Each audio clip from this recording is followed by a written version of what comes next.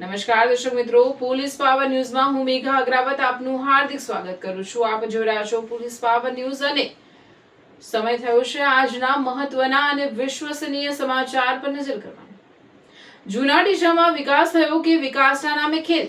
15 વર્ષના ગ્રામ પંચાયતના વહીવટ સામે ગંભીર આક્ષેપો. હવે હાઈકોર્ટ સુધી લડત. ગ્રામ પંચાયતને દર વર્ષે મળતી અંદાજે 25 લાખની રોયલ્ટીનો હિસાબ ક્યાં?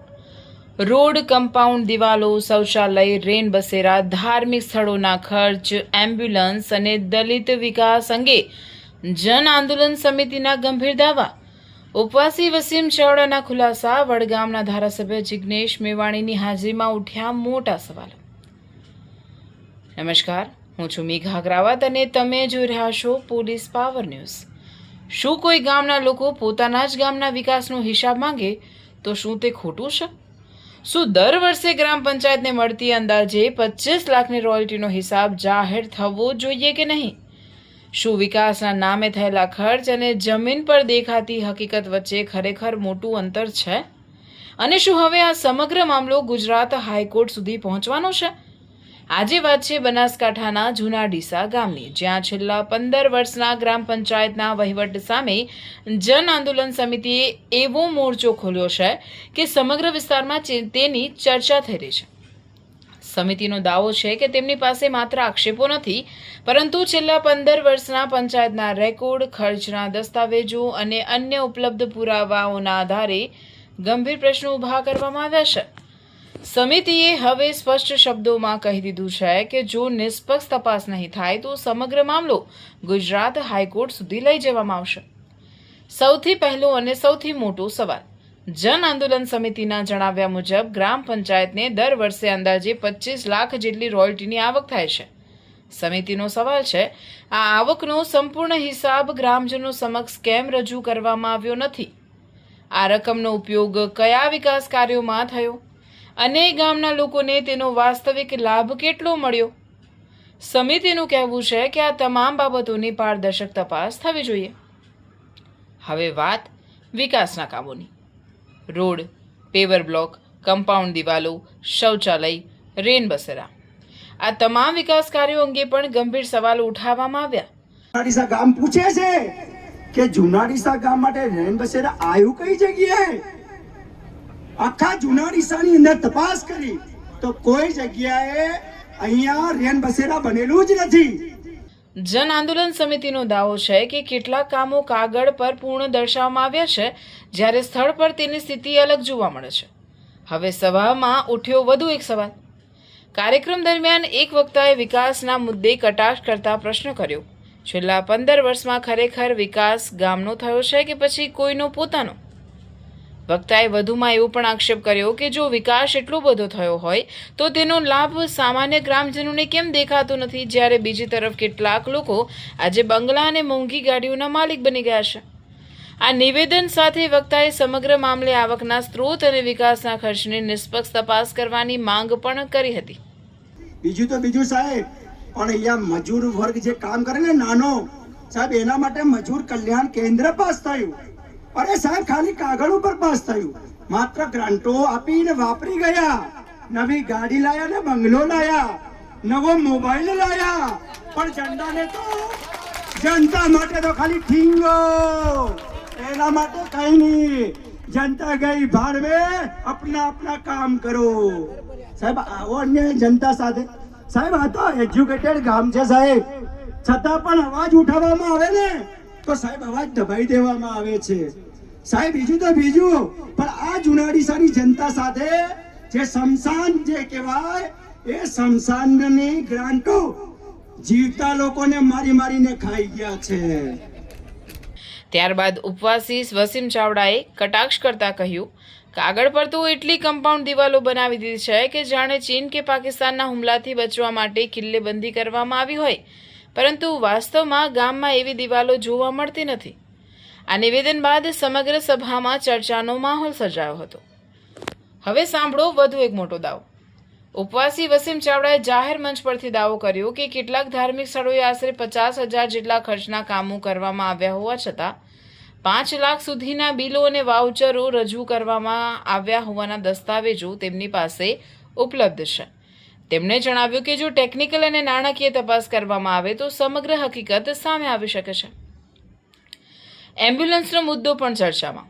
જન આંદોલન સમિતિએ જણાવ્યું કે ગામ માટે એક દાતાએ અંદાજે 6 લાખથી વધુની સહાય આપી હોવાનો રેકોર્ડ ઉપલબ્ધ છે, પરંતુ આજે પણ ગામમાં એમ્બ્યુલન્સ ઉપલબ્ધ નથી. સમિતિએ સવાલ કર્યો, સહાયની રકમ ક્યાં ગઈ, તેનો ઉપયોગ કેવી રીતે થયો અને તેનો જાહેર હિસાબ કેમ આપવામાં આવ્યો નથી. દલિત સમાજના વિકાસ અંગે પણ ગંભીર સવાલ. જન આંદોલન સમિતિના જણાવ્યા મુજબ છેલ્લા 15 વર્ષ દરમિયાન દલિત સમાજ સાથે અન્યાય થયો હોવાના પણ ગંભીર આક્ષેપો કરવામાં આવ્યા.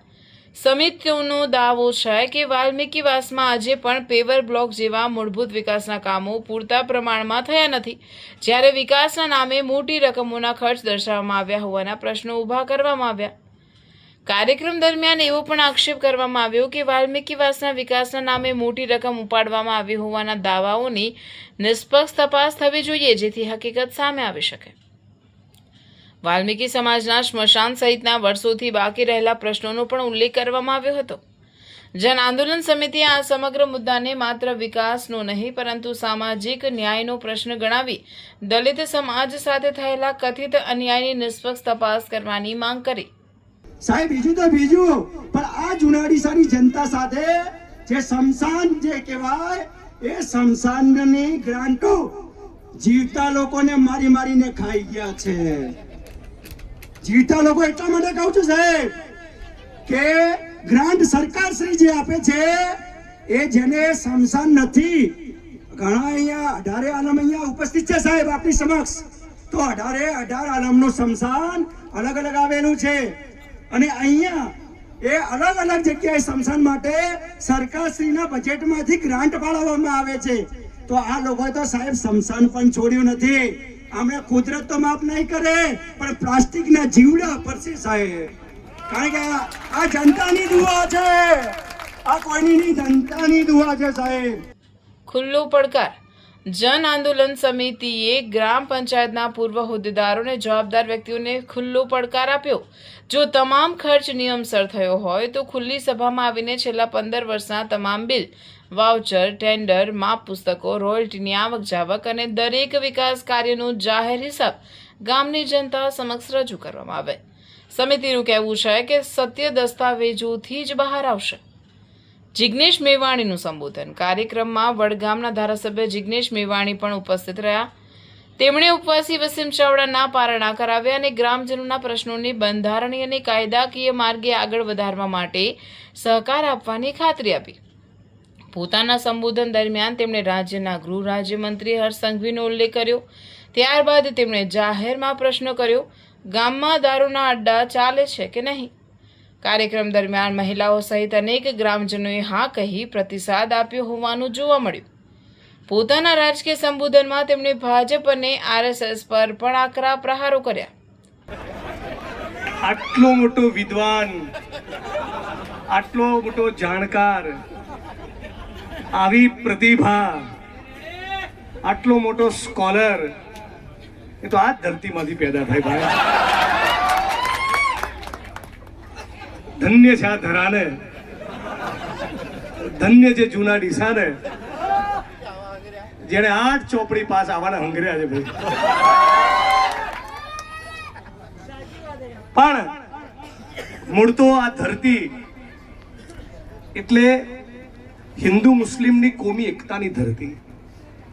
આ ધરતી ખેડૂતોની, પશુપાલકોની, શ્રમિકોની, તમામ જ્ઞાતિ અને ધર્મના ભાઈ બહેનોની આ ધરતીને, મારી બહેનો માતાઓને, આપ તમામને દિલથી પ્રણામ અને વંદન કરીને મારી વાતને શરૂઆત કરું છું.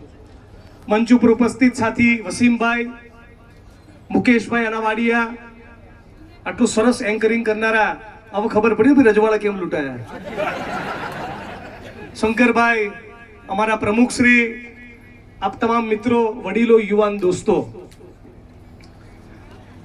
8 ચોપડી થોડાક મહિના પહેલા વડગામ આવ્યા હતા, ખબર છે? અને આમ નાક ફૂલાઈને કહેતા હતા, અડધી રાતે જરૂર પડે તો મને યાદ કરજો.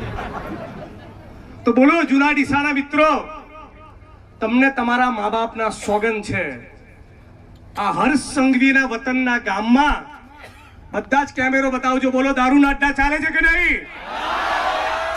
ચાલે છે કે નહીં? આ જૂના ડીસા હર્ષ સંઘવીના વતનના ગામમાં બોલો બહેન દીકરીઓ માતાઓ, દારૂના અડ્ડા ચાલે છે કે નહીં? બોલો યુવાન મિત્રો, જેન્સી દારૂના અડ્ડા ચાલે છે કે નહીં? અને વડગામાં એમ કે છે કે મને અડધી રાતે યાદ કરજો. હે જે તમારા વતનની માટી છે એનું તો ઋણ ચૂકવ, પછી મારા મત વિસ્તારમાં એને ડાપણ કરજે. અને પૈસા ખાઈ ગયા એટીવીટીના આયોજનના, નાણાં પંચના, ગ્રાન્ટોના, એમાં નવાઈ છે જે ભારત ભૂમિના ગદ્દારો અયોધ્યાના રામ મંદિરના પૈસા ખાઈ ગયા, એ તમારી ગ્રાન્ટ તો ખાઈ જાય કે નહીં? આમની જોડે તમે શું અપેક્ષા રાખો છો? सीता मैया बहुत दुखी है मोदी के काम से. બધા મારી સાથે બોલો, सीता मैया बहुत दुखी है मोदी के काम से. बोलो सीता मैया बहुत दुखी है मोदी के काम से. बोले ये तो सारे पैसे खा गए मेरे पति के नाम से. પોલીસ પણ ઉપસ્થિત રહી. આ સમગ્ર કાર્યક્રમ દરમિયાન ડીસા તાલુકા પોલીસ મથકના પીએસઆઈ જૂના ડીસાના બીટ જમાદાર સુરેશભાઈ માળી તથા અન્ય પોલીસ સ્ટાફ પણ ઉપસ્થિત રહ્યો હતો. કાર્યક્રમ શાંતિપૂર્ણ માહોલમાં પૂર્ણ થયો હતો. તો શું જૂના ડીસા ગ્રામ પંચાયતના છેલ્લા 15 વર્ષના વહીવટ અંગે ઉઠેલા તમામ પ્રશ્નોના જવાબ મળશે? શું સંબંધિત તંત્ર નિષ્પક્ષ તપાસ કરશે? શું ગ્રામજનોને માંગ્યા મુજબ તમામ દસ્તાવેજો જાહેર કરવામાં આવશે કે પછી હવે આ સમગ્ર મામલો ખરેખર ગુજરાત હાઈકોર્ટના દરવાજા સુધી પહોંચશે? આ સમગ્ર પ્રકરણ પર પોલીસ પાવર ન્યૂઝ સતત નજર રાખશે અને દરેક મહત્વના અપડેટ સાથે તમને માહિતગાર કરતું રહેશે. હું છું મેઘા અગ્રાવત અને આપ જોઈ રહ્યા હતા પોલીસ પાવર ન્યૂઝ. આ અહેવાલ જન આંદોલન સમિતિ તથા કાર્યક્રમ દરમિયાન વિવિધ વક્તાઓ દ્વારા કરવામાં આવેલા દાવા અને નિવેદનોના આધારે તૈયાર કરવામાં આવ્યો છે. પોલીસ પાવર ન્યૂઝ દ્વારા આ દાવાઓની સ્વતંત્ર પુષ્ટિ કરવામાં આવી નથી.